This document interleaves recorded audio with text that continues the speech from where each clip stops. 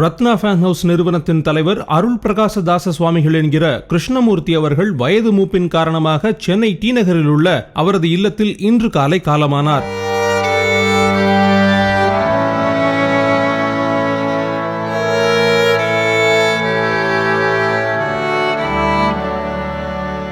அவருக்கு வயது 81.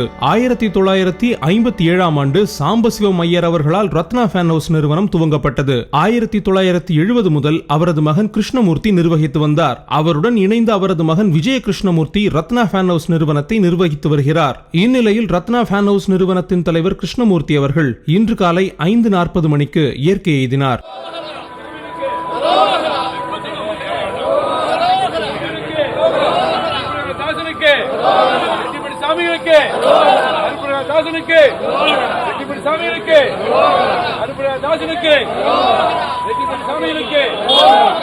இதனைத் தொடர்ந்து சென்னை டி நகரில் வைக்கப்பட்டிருந்த அவரது உடலுக்கு முக்கிய பிரமுகர்கள் மற்றும் ரத்னா ஃபேன் ஹவுஸ் ஊழியர்கள், பொதுமக்கள் என ஏராளமானோர் அஞ்சலி செலுத்தினர். அவரது உடலுக்கு வசந்தன்கோ பங்குதாரர்கள் வினோத்குமார், தங்கமலர் ஜெகநாத், தமிழ்ச்செல்வி வசந்தகுமார் மற்றும் கன்னியாகுமரி நாடாளுமன்ற உறுப்பினர் விஜய் வசந்த் ஆகியோர் தங்களது இரங்கலை தெரிவித்துள்ளனர்.